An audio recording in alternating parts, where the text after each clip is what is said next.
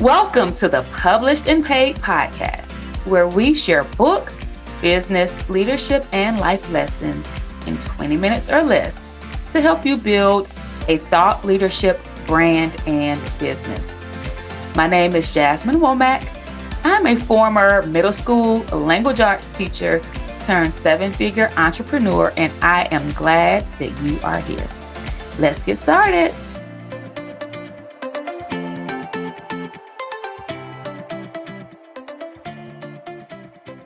Welcome back to another amazing episode of the Published and Paid podcast, where we teach experts just like you how to package your expertise into a book that is going to grow and expand your brand along with your speaking, coaching, and consult. And so I'm really excited for today's interview. I am going to be speaking with Chief DeBlair Tate, CEO of the 8-Figured brand, and she's an amazing graduate of our Author Made Easy Bootcamp and Published and Paid Mastermind. Welcome, DeBlair.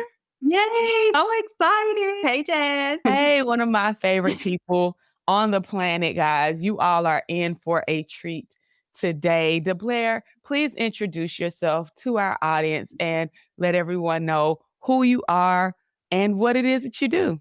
Yes. So, hello, everyone. It is such an honor to be here. It's always an honor to be anywhere the Jasmine Womack is. So, to be invited to be on this platform is amazing. I am DeBlair Tate. I am the owner and the CEO of the 8-Figured brand. I am an author. I am in the military currently. I am just a whole entrepreneur. So I help high achieving leaders level up to become the CEO of their personal lives while still dominating their careers. So you can have personal success and you can have career success at the same time. And I am your person to help you do that. Yes. Now, DeBlair, you are the epitome of a girl boss. Listen, the more you just Google her, okay? That's all you got to do.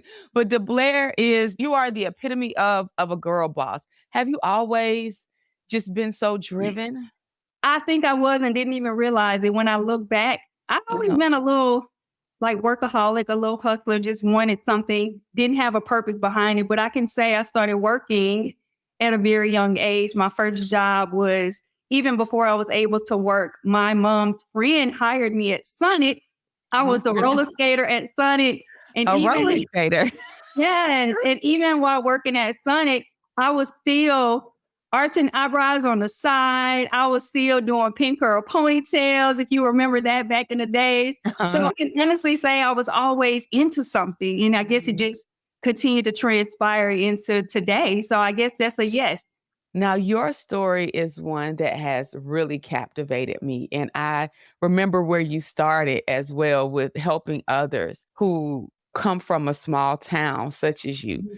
And so I know that you come from small town Mississippi, and that was like a real focus for you as you started on this path. What inspired you to give back, not just to your hometown, but to be an inspiration and a motivation to help expand the mindsets of women coming from those smaller communities? Yes, that's a really good question. I look at it as you don't know what you don't know. Mm-hmm. And as I reached back, I just wished a lot of things that I realized later on in life that someone was there to tell me or to guide me or to show me. Things are easier said than done. And I absolutely started like my program as a result of reaching back to my home city. I did realize the importance of the obesity and the young people that was passing away at such an early age. And every time I would go home, because I was a fitness expert helping all these other people, strangers and things like that, I felt it was necessary to go back to where I came from to at least offer a service that would assist them in being accountable, because it's not like they don't know what to do, but they don't always have the mindset and the tools or the accountability or the support equipped to just stay successful and complete whatever goals they had. So it was my primary focus. And it just grew into me wanting to just allow people to have the knowledge and feel the way that I know I felt as being on this health and fitness journey. because of course my why became something totally different and I was reluctant to share. Just because you look a certain type of way does not always mean that you're healthy. And people have that misconception. So it was just a way for me to just help people all together, not just because of their obesity, but people that was internally suffering in silence, giving them an opportunity and a platform to be able to be open and share what their struggles were. That's so good. And I have some questions that I'm going to come back from some of the things you just shared. So I know like you wanted to help. It was the obesity epidemic and people not Mhm. having the access to the information and just really not knowing what to do. Have you always just been into health? What made you have an interest in health for yourself to even get to the point where you wanted to help others? So have I always been into health? No, because I grew up eating the good old Mississippi pig feet, hog maws, chitlins, all the things that you go home. They're just good Southern cooking because my grandmother was a Southern kitchen cooker along with my mother. So I've always worked out because I was always into sports, but Mm. I didn't transition into just being conscious of my health until later when I moved to Atlanta and I started doing fitness competitions. And it just forced me to just be mindful of the things that I was eating. And that transpired into people asking questions about what I was doing. And I just started getting more serious about it and just sharing the education that I was learning from my trainer. Okay. Okay. Cool. Cool. Cool. And so when you started sharing that type of the education that you were learning from your training for these fitness competitions, is that what then inspired you to start your fitness coaching at the time? Yes, because everybody was asking me to help them. And I was doing it and but I was just using my time and I was doing it and I was like, hey, this can really turn into something. At first I was doing it at no cost. I was reaching out and then too many people started asking. So I was like, okay, I got to create something because they wanted for it to be consistent. So I got my certification, became a trainer, started getting guidance on nutrition, and then just built something that ended up being what it is today. So it wasn't even a path that I intended for. It was just something that eventually grew into my passion. I was already doing it.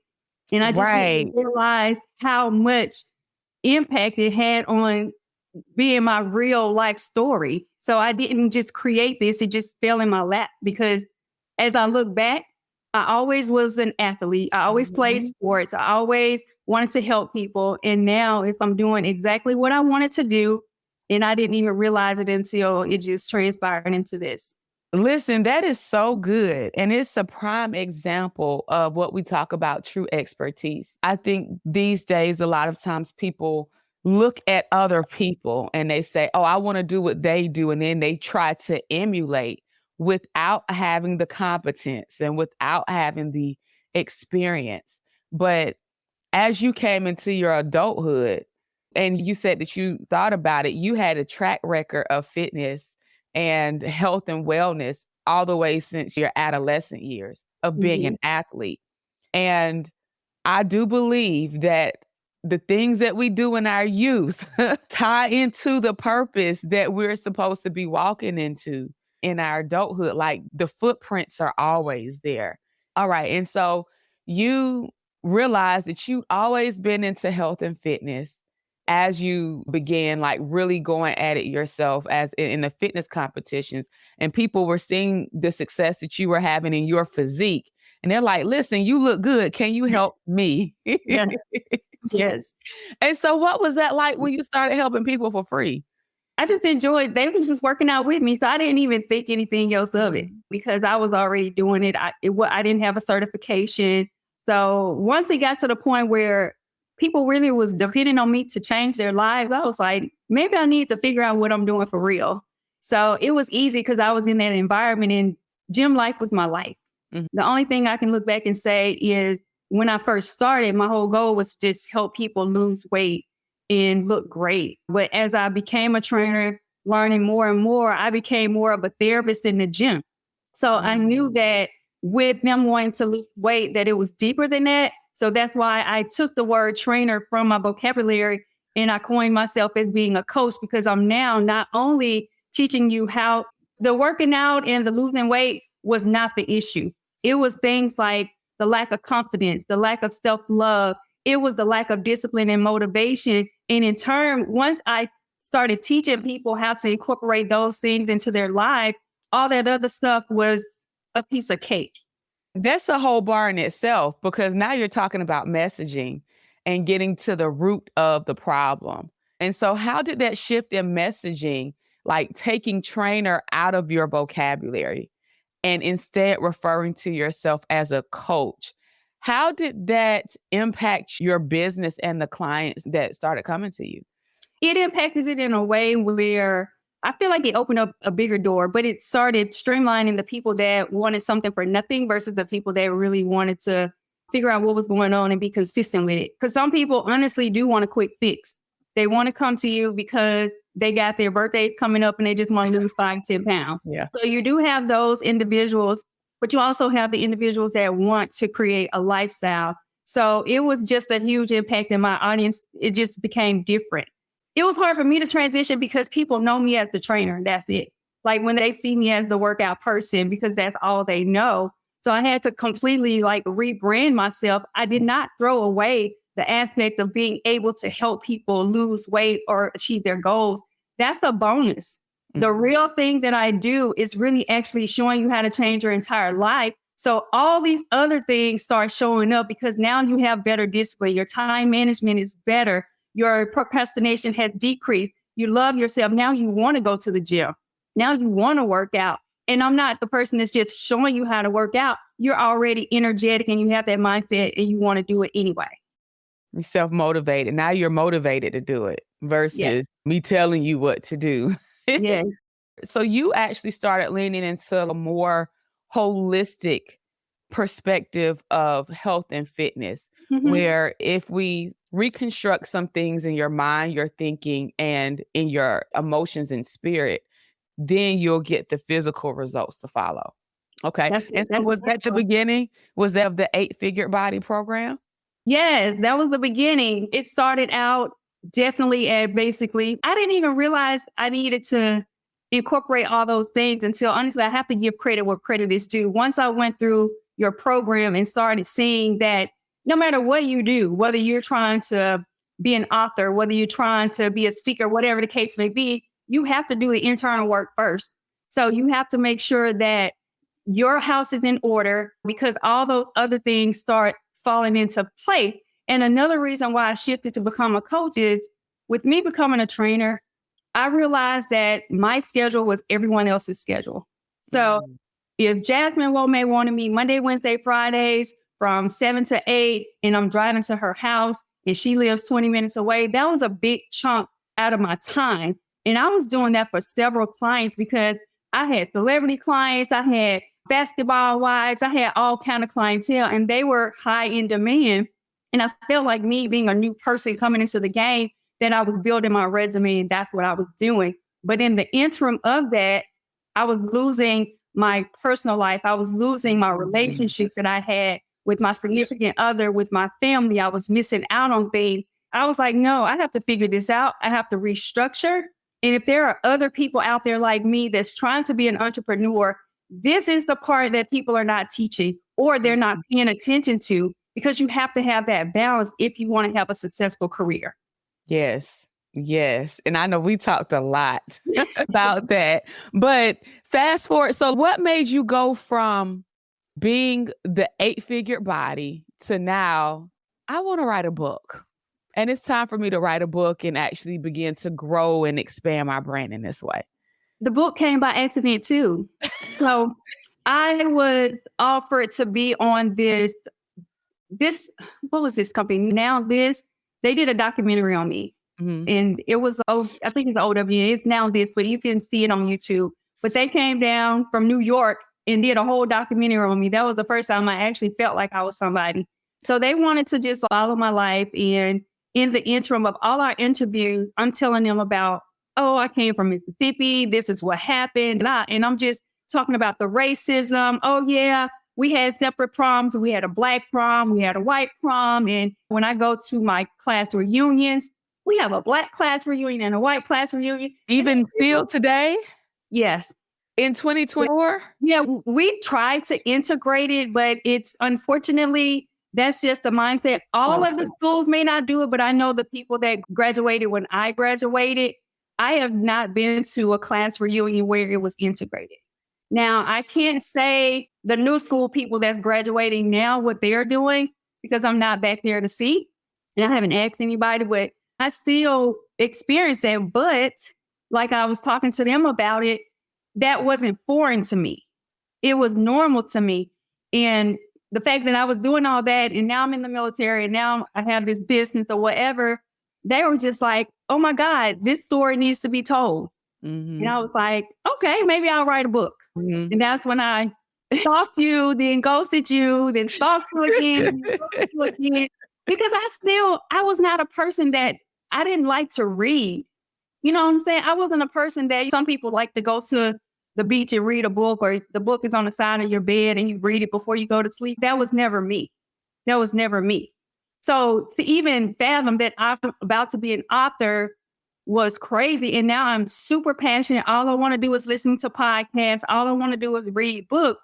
And I didn't realize that there was something hidden. And nobody ever even expressed to me how important it is. Yes, education is key, but I guess it just didn't. But I didn't think somebody like me from Mississippi could do that. I didn't have this to think that I could be an author or somebody would want to listen to my story. So those people wanting to hear my story and sharing with me how important it was and just being in awe in some of the things that I said, I was like, maybe I can help somebody else. So let me put it out there. That was the journey of writing a book. Wow.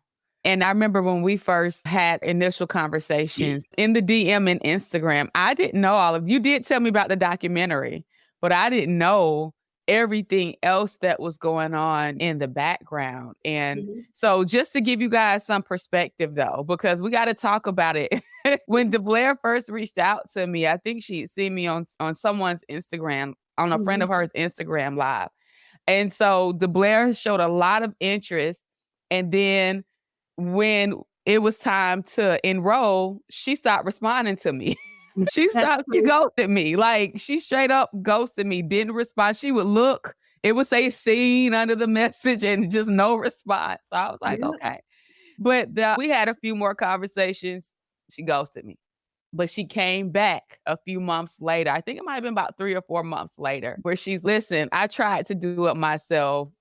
I'm ready to move forward. And I was like, the package that I extended is no longer available. And it wasn't because I was leaning into my coaching programs. One thing that you guys will learn as you are growing and scaling your coaching programs is that it's always easier to grow and scale with one if you focus in on one thing. And so at that time, I started trying to get rid of a lot of things. So I was only focused on our coaching program. And I was like, it's a different price. And I sent her the link. She went ahead and signed up. So when you joined the Author Made Easy Bootcamp, what was that like for you? From going from attempting to writing your book on your own to now you have this system to design to help you bring it to life? It was life-changing because I'm a structured person. So I'm a person that likes organization. I like accountability. And as long as I have someone to hold me accountable, the work is going to get done. It was just completely life-changing. I'm still with you now. So it's once you find a good thing, and not even saying you work for me, like just your integrity and how you operate in your business, even though it is a business, I don't feel like you have any ulterior motive outside of wanting to see your clients successful. And that is something that I instill in my business as well. So it just felt right. You went above and beyond to assist. You was genuine in what you did, way more than you were supposed to do with the things that you were offering. So it was like I found my home, because I did look at other coaches and I talked to you about it and I still see them. And I'm like, okay, I got a good thing going because I have a good person. I don't just have a person that knows how to operate a business, but I have a good person on my side. So it was just game changing for me. And it helped me. I'm on my 3rd book now. I'm on my 3rd book. I showed up to everything. I never ghosted you again. I probably over attended things because I was in events that didn't even pertain to me, but there's always something that you would say that was able to assist me. So I just became a sponge when it came to it. And as a result, I'm thriving in my business and I'm confident that this is only the beginning because of you. Listen, you made me tear up with these just such kind words. I appreciate you, It's DeBlair. only I don't have a lot of words and I'm not the person, I'm very direct and I'm not a person to sugarcoat things. I definitely give my flowers to people when they deserve it. I always say this, I talk about you to everybody. They probably get sick of me, Jasmine.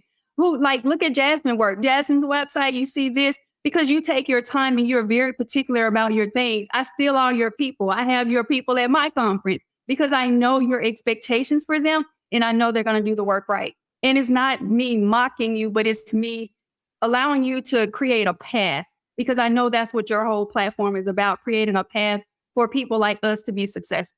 Oh, absolutely. You guys know, you already know once you come in, hey, here's who you can work with to do this. People Here's don't share their people don't share their resources though. They don't. No, some people feel like it's gonna make them be left behind or somebody's gonna shine brighter than them. And I'm the total opposite. Like I share all my stuff with my people. It's more than enough out here for all of us. I've been in programs before too where they wouldn't share who they're working with. They'll give you someone that's less than. And I'm like, you know what? I'm like, no. All right, so let's talk about this book writing process, Chief. I'm always going to amp you up because you went from struggling to write your book on your own to now you are on your third book. And so explain that process for me and how you went from one to now on your third. It just became easier. Once you get clarity and then I know you, when I wrote my first book, you were always on me and was like, you have to write another book because it wasn't in line with my program or it didn't really speak to who I was or what I did. So that's when I created the workbook, Level Up. So the workbook basically, in the interim of me teaching people how to be successful, I needed to show them how I did it. So it's okay, this workbook is a guide because some people may not want to go through the program, but at least you get the opportunity. And also, if I'm going to speaking engagements, this is the blueprint. This is something that I can leave with the audience that they can purchase and use. And then if they can't do it on their own, they have me here. So it was easier to just try to figure out, not writing a book just because, but now I'm writing it with purpose and it's easier that way. Yeah. But your first book, even though you wrote it based on your history, based on your background and things you learned growing up in small town. And we were like, yeah, you definitely need to write a book that is in alignment with your businesses or whatnot. You still leverage that first book to do some amazing things. Yeah. So what were some of those beyond the book offers or opportunities that you created from your first book? So multiple speaking engagements. I created a whole conference. My conference is the foundation of my book. And a lesson I learned, my book is RAF. You guys know what that means, resilient as whatever. So my first conference was called that, but I also had to rebrand it. And that's another lesson, when you want to attach other corporations onto it. But speaking engagements, I got my book sold, like people were purchasing the book. It grew into also not only, because it's not just a memoir, because in the interim of it, I'm telling you what happened to me and I'm telling you why that didn't stop me. And I'm showing you ways to keep going because everybody has a story. It's all about how you twist it and turn it to make it your life or whatever. But that was the platform to open up so many other doors because people know me from REF. Yeah. They know me. They want me to be that transparent, blunt person because they're reaching out. I did Essence. I've done Good Morning America. I've been on Fox in regards to like their magazines. It's just been like so many different platforms that was reaching out just to hear my story. And so what were some of the results that you got from your book? Because you had some pretty amazing launch results before your book even came out. Yes, I know I sent you the numbers, but I feel like I sold like maybe, I don't want to exaggerate the numbers, but it was like 1,500 pre-sales. Even after the fact, I should have pulled those numbers because I wanted to be accurate. But a lot of pre-sales, I got my money back just in pre-sales before I even launched the book. That's number one. Even before I had written a book, I was selling the book. That's the thing too. So I was getting all my money back from that. I was getting bulk orders for the book as well from different companies. And like I said, I don't want to exaggerate the numbers, but it was just extraneous, the amount of just overflow that I received as a result of writing something that I thought people was just going to look at and just put on their bookshelf, my friends and family. So it grew into something more. It wasn't just because of the book. It's because I had a social media presence and I kept promoting. So when you're writing a book, you have to give it something to work with. You can't just write a book and expect for it to just people to know what it's about. So I really pushed and promoted it. I didn't know what I was doing. I was just doing what felt right at the time. You killed it though. You absolutely killed it. And so that was before you launched the book. When you launched the book, what is an estimate of like how much you made if you're comfortable talking estimated numbers? Yes, it was some thousands. It was in the thousands mark. I definitely feel comfortable saying it, but like I said, I don't have the actual numbers. I should have just pulled those numbers, but it surpassed any goal that I thought I was going to have. It definitely surpassed it. Selling on Amazon, Barnes and Nobles, on all the platforms, and even on my website. And I still get book sales to this day. I just had 4 orders yesterday. So the book is still selling. People, when they go look you up and read about you, they see that and they want to purchase it. But my low-hanging fruits, all of those things, it's just all the things. Even before I was able to pay for the material for the book, I was learning from you how to just make money in the interim. Even when I joined your program, I made my money back before I even started selling my book. I remember the numbers. It was in the first 45 days. Yes, and they some things like I can't remember because I've been with you for about 4 or 5 years now. It's been that long. It's been a minute. Has it? Yes. I thought it was like 3.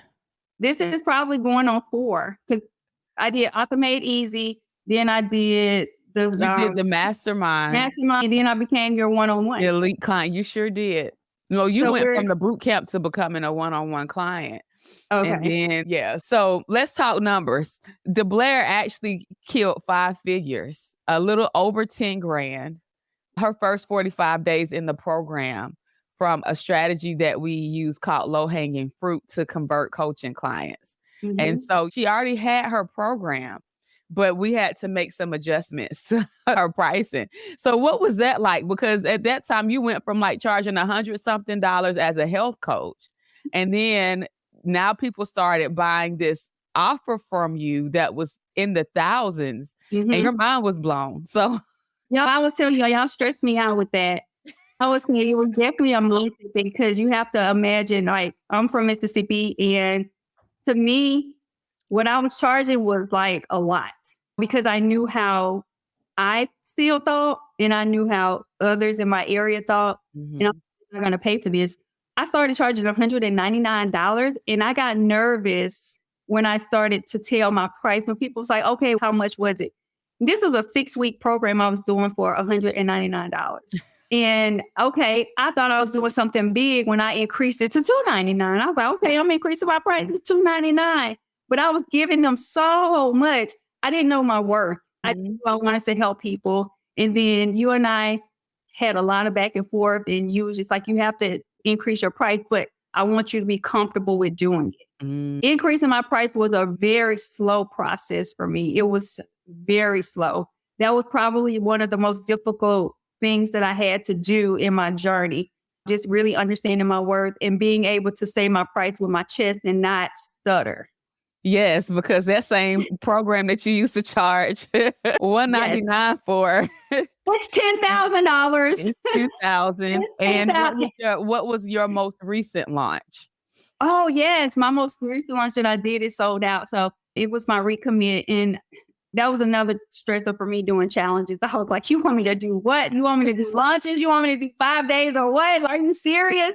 So all of the things I promised, all of the things that I was supposed to do that gave me anxiety were the things that was game changing in my business.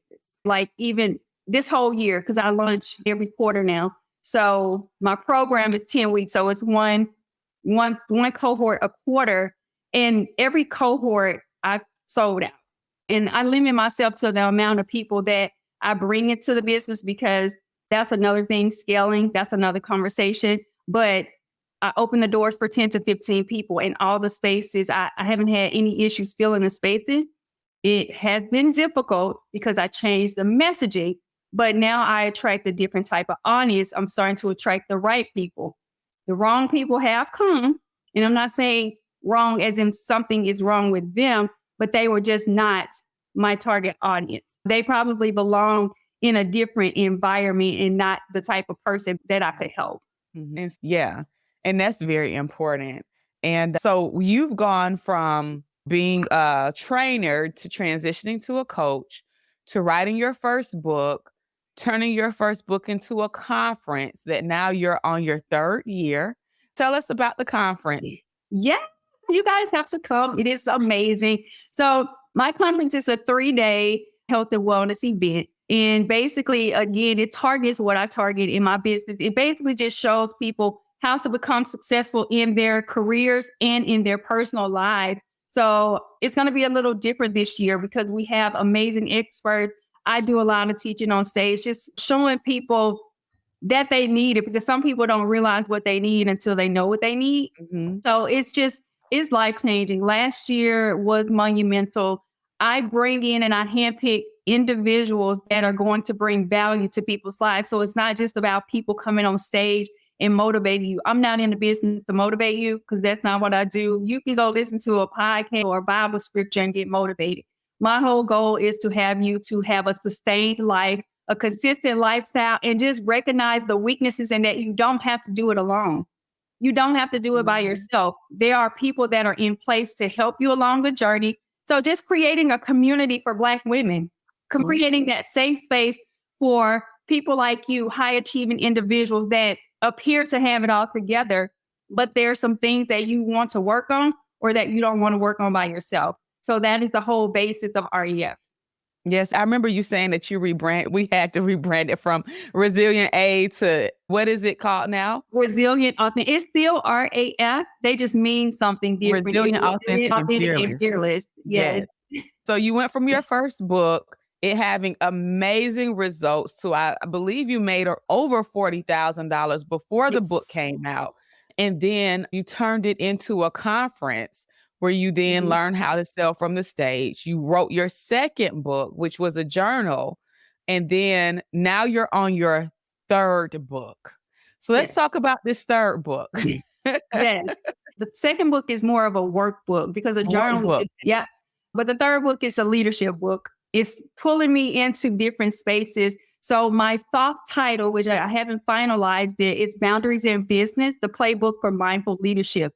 So it's me moving into more of an executive space, teaching government and corporate companies. So my audience is not a person. My audience is corporations, teaching them how to put empathy into the workplace, teaching them about wellness. So when I do go and pitch to the companies, I have my wellness piece here. I have my leadership piece here. So it's leadership and wellness, how to incorporate both entities into your business, therefore decreasing your risk management of your employees and increasing your revenue and the amount of business that you have in the organization. So I am their savior. I am the reason why their business is going to thrive, why their people are going to show up to work and they're going to be happy. They got their personal lives intact.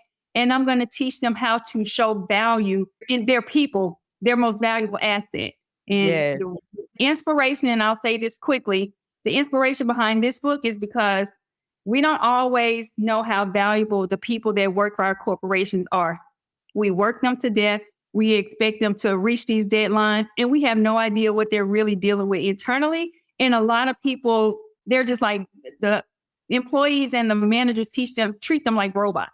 Right. They don't take time to actually see how they are doing or how they can personally develop themselves so that they're stronger in the company. Listen, I remember working under a principal, and he made a comment that whatever people have going on, they just need to leave it outside when they step in here. And I'm like, people don't work like that. And I knew that I could not continue to work under his leadership because he did not have empathy or any real care for his staff. Your book is going to be transformational in so many ways. What made you decide to write this book? Because I have experienced that. I currently experience this. As when I met you, I was full-time military. Once I got confident in my business, I left military full time and I became part time, and I'm still currently part time, but I do get called to duty sometimes, like I am now.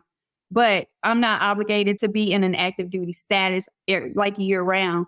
In the interim of that, I witness, and sometimes people, this is just how they grew up. I witness people, leaders, working themselves to the bone.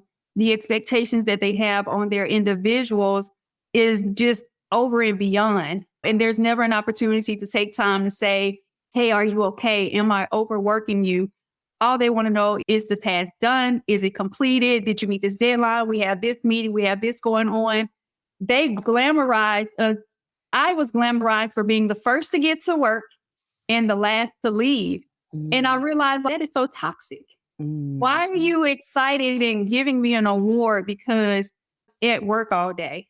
Why are you glamorizing that? And it's because I'm doing the work for you, but you're not asking me what's going on at home. Do you have family? You're never there.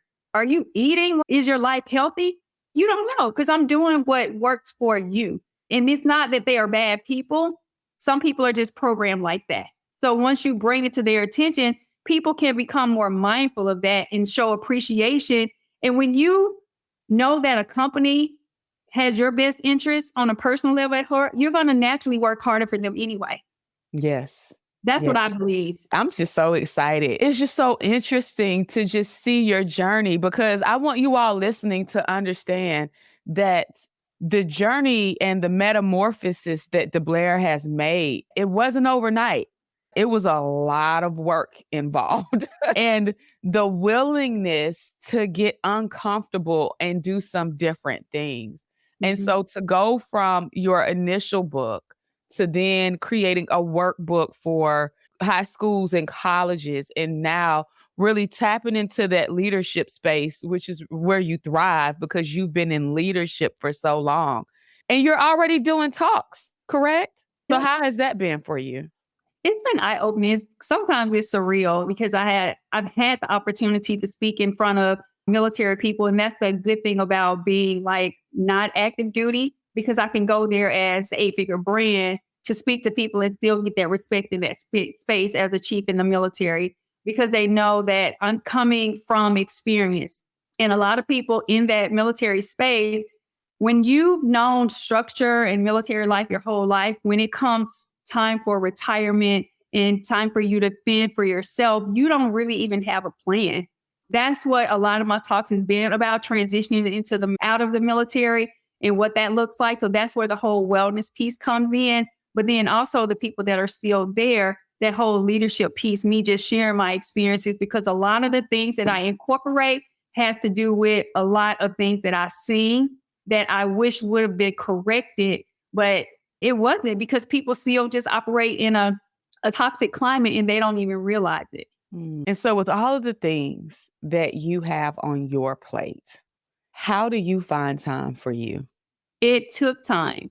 It took a lot of me losing a lot to start realizing what I value. I had to start incorporating the things that I practice, and I keep a coach because I have to get somebody to bring me back to reality. That's why I tell everybody that I do not follow anybody that does not have a coach, a therapist, or somebody in their corner, because I feel it's important. When you're high achieving and when you're thriving and doing so many other things, it's real easy to forget about you and the things that I'm teaching and preaching about.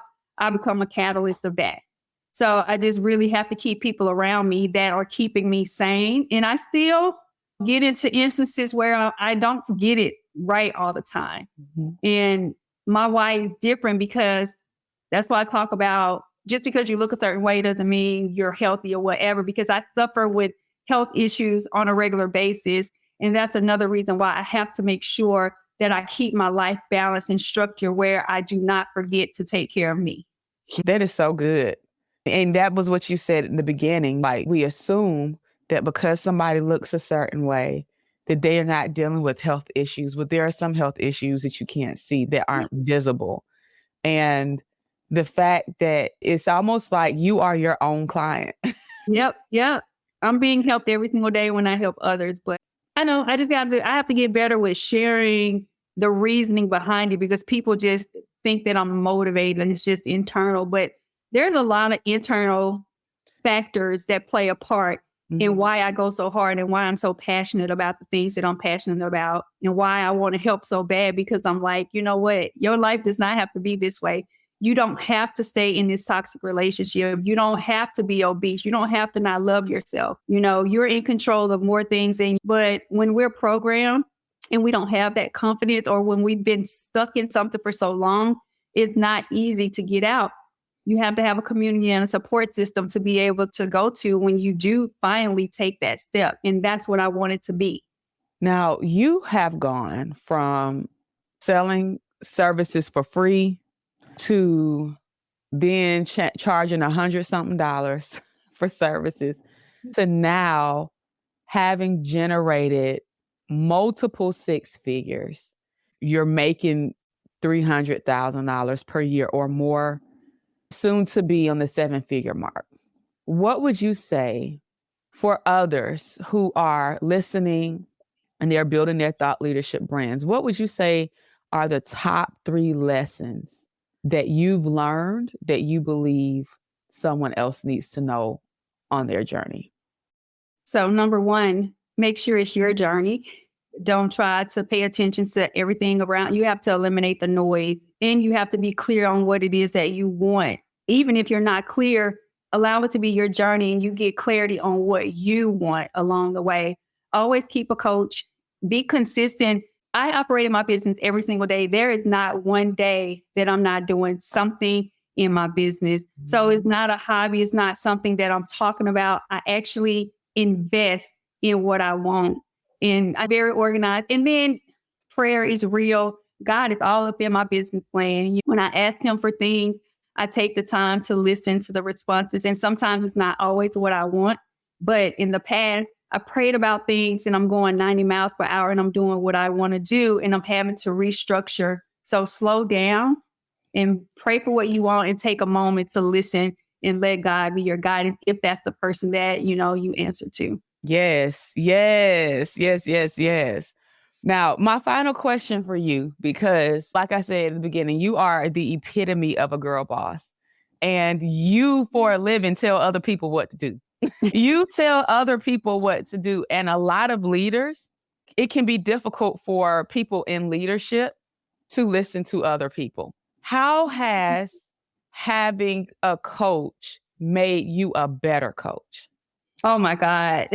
I don't know everything, no matter what it is. I had to program myself because I grew up always feeling like I can figure it out. I always grew up feeling I was always the one that people came to. So I was the Olivia Pope that solved the problem. It got to the point where I had to just realize I can't do it by myself. You know what I mean? So when I came to you with the mindset of knowing that I am not going to take control. I am going to be guided. I am going to be led because I had come as far as I can take myself.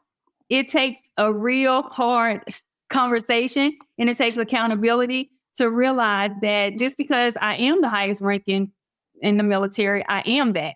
But at the end of the day, I'm still a sponge and I want to be better. And I'm not an expert at all things. So I had to become coachable. If you don't become coachable, you're going to find yourself running in circles. And I was that person in the beginning before I came to you. Mm-hmm, mm-hmm. And I know you deal with it too. When people come into the program and they don't want to listen, or they don't, they half apply themselves and then wonder why they're not getting results. No, it's the attitude. And some people don't know you have the answer to everything. It's like you have been failing in this area. But then when people try to tell you or suggest things that you do, you have a justification as to, well, this is what I've been doing, but you're not willing to try something different. If you want new results, you have to do new things. You got to get rid of the old. You cannot create new habits on old habits. Like you have to make changes. Right. And that was one thing that was releasing. That was being submissive. That was saying, you know what? Let me listen. Let me do less talking and more listening. And that has been a game changer. Yes, yes, yes. Not always at home because I get in trouble at home sometimes. I'm working on the home. So that is an area where I will stay away from that conversation. we'll stay away from that. I mean, if you want to talk about it, we can. But I'm like, because being a woman in leadership and then having to adjust when you are dating or married to an alpha man, that's a whole different conversation. That's a whole lesson. Someone please write a book about it. Somebody, when you do, if you have a program, if you have a book, I'm going to be your first client. That's not something people can teach. You don't realize that you want to take that hat off when being in the military. Like you said, I instruct people every single day. I give orders. This is what I do all day, every day. And it's been this way for 24 years. And now I'm in this position. And sometimes it's intimidating, but in the same sense, you have to ask yourself, am I still wearing those hats? You have to ask yourself, and it's difficult too, because sometimes I feel like I'm not really wearing the hat. It's frustrating because I'm not wearing the hat, but am I? So like I said before, it's difficult. And even not even just in a relationship, but even in friendships or even in other spaces, you don't want to come off as being the most knowledgeable person or the most intelligent person that has to take charge all the time. You don't want to be that person. So you have to definitely be mindful, because I have not a take charge mentality, but I have the mentality of hey, let's get it done. Absolutely. Absolutely. Like, we like focus, we like structure, we like for things to get done. We like to know how they're going to get done. We like plans. Yes. Organization. And when you see something not organized or something's not done, when you step up and do it, it's like you're trying to take over. No, I'm not trying to take over. It's just not done. Somebody needs to do it. It's right. And we'll step into that. But and I've been married, it'll be 10 years in February, and Lord knows we've had our share of challenges. But I've been in leadership since I was a teenager. And so as an alpha woman with an alpha man, it took years of reprogramming, and I'm still learning.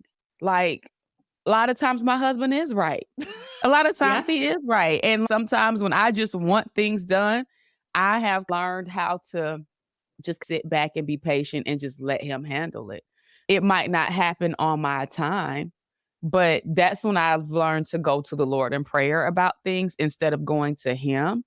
Because I think especially as Black women, and especially as Black women, we can be so quick to solve the problem, so quick to do the thing, where we take away the opportunity for him to do it. Because we're so used to solving problems and saving everybody that we don't give ourselves a chance to even relax, because we're trying to do all the things.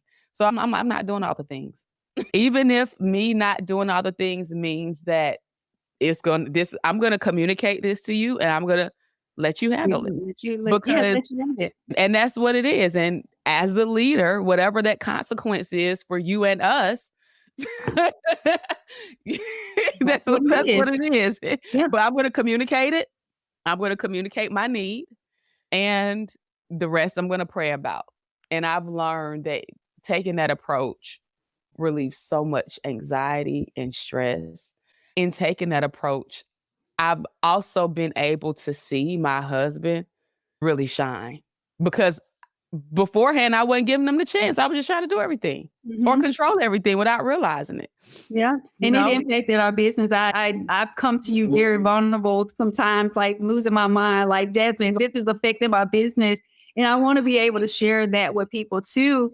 When you do have problems in the home and you are trying to build a business, trying to write a book, how your home life impacts that, especially if you value home and you value family, those things impact it. So not only do you have to know how to monitor your house in order to thrive your business, but you have to also just understand that those factors are very important in the detriment. Some people will give up. They'll quit. They won't do it. You have to make sure your house is in order. For me, I would say, because some people, it doesn't matter to them. But I know it's everybody, because it's stress. It is. Even people who say, oh, it doesn't matter. No, it does. You're just you're either internalizing it, or you are using something as a coping mechanism. But there's no way that anybody can ignore what's going on in the home front. And we might act like everything's okay on the outside, but all of that stress and anxiety and lack of peace. Yes. It it matters. becomes internalized. It adds to stress, and it comes out in other ways. Yeah, You it know, does. is what I'm happens. not focused. I'm not focused. I'm not clear. Even if I have issues like with anything, I'm not a conflictual person. I'm a communicator and I can have difficult conversations, but everyone is not like that. So whenever you do have factors where maybe you didn't take that leadership hat off or whatever, it throws you off. You can have a whole schedule. Okay, I'm going to work on my sales page today. I'm going to write a chapter in my book. I'm going to do all this. But then you got internal tension in your house. You ain't doing none of that. It disrupts it can disrupt the creative process. I know, at least in my experience, I would say like probably the first 2 to 3 years of my business, I used my business and my work as a coping mechanism. Yeah. And when you do, that means that you're focused on what you're focused on because you're trying not to focus on something else. And so when that happens, that means that you will build your business from a space of toxicity, which is what happened to me. And the business grew, but it was built in a way that wasn't conducive for the long run, which is why this year I took the first 6 months of this year to totally restructure everything for scaling. And so I could scale and not even have to work half as much, because in the first 3 years of my business, when I laid the foundation, I was working from a space of, okay, I'm just working I'm overworking to cope with something that I'm angry about, Mhm. and I don't know how to communicate it. And that wasn't his issue, that was mine. I didn't know how to communicate it. I'm walking around frustrated, upset, and I don't want to talk to you. I don't want to be around you. You have said this or said that or done this or done that. And instead of talking to you about it, I'm just going to go work. And that was my mentality for a long time. And it's not good. It's not the right way to handle things. And it's not the right way to build a business. So you will get caught on the carpet with it, because Mhm. either something's going to happen in the business or something's going to happen with you in the marriage, or all three. But we can have a whole different conversation. Yeah, We'll we definitely have need to to do a have whole part. panel Yeah, we conversation. definitely got to do part two because I know you're probably one of the only ones that I have come to when this has affected me because we don't talk enough about it. We only talk about how to build your business. This is what you need to do. We start talking about the mindset, the mind you need to have, but we don't start talking about the external factors. It could be all kind of other things, the people that you have in your life, not just the relationship. Like, who are your friends?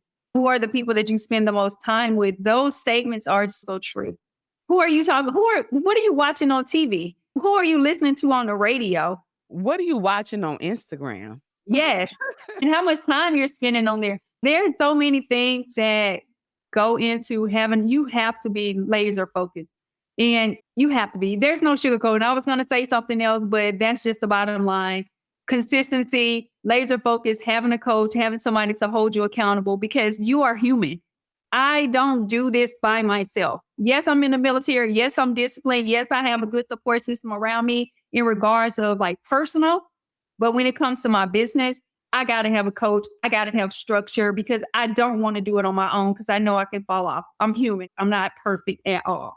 Listen, DeBlair, we're coming back for part two. We have to go back You for just part gave me an two. idea because I'm probably going to pull a round. I already know who I'm going to pull. We're going to do a round table, and we're going to do it here on the podcast of a group of high achieving executive women talking about balance in relationships and career and how to navigate the two. Like, how do you take off the leadership hat when you get home and be just what they say, the passenger princess? Yeah, not feel like you're being less than. It's an internal thing. I'll say this one thing. At my conference last year was the first year I incorporated a men's panel.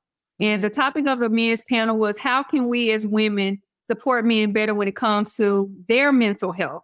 Because that's another factor. And I guess that's part three, because we always as women have people paying attention to our mental health. And the men are just so accustomed to being strong. That's the culture of a man, to be the provider, to be the strength, to be the head of the household. but do we ever tap into the things that we do and how it affects them and how they show up for us? Listen, that look, I was literally having a conversation with my husband this morning about something.